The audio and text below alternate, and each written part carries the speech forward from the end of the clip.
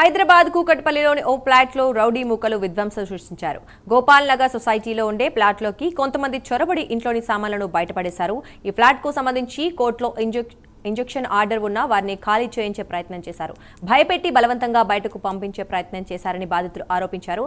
అధికారులు వెంటనే చర్యలు తీసుకుని ఫ్లాట్ను తమకు ఇచ్చేలా చేయాలని బాధితులు విజ్ఞప్తి చేస్తున్నారు.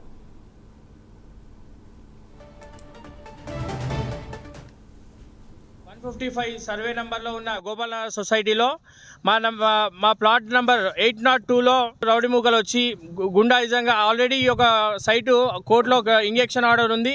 కోర్టులో కేసు నడుస్తున్నప్పటికీ రౌడీ మూకలు వచ్చి కొంతమంది కబ్జాదారులు వచ్చి కబ్జా చేయడానికి యత్నిస్తున్నారు. ఆల్రెడీ వాచ్మ్యాన్ని బయటకి తోసేసి దొబ్బేసి వాచ్మ్యాన్ ఒక సామాన్లు కూడా వంట సామాన్లు అది తినే పదార్థాలన్నీ కూడా బయటపడేసి దౌర్జన్యంగా మీదకి వచ్చి కొట్టడానికి వచ్చి వాచ్మ్యాన్ ఉంటే నువ్వు ఇక్కడ ఉంటే చంపేస్తామని చెప్పేసి బెదిరిస్తున్నారు.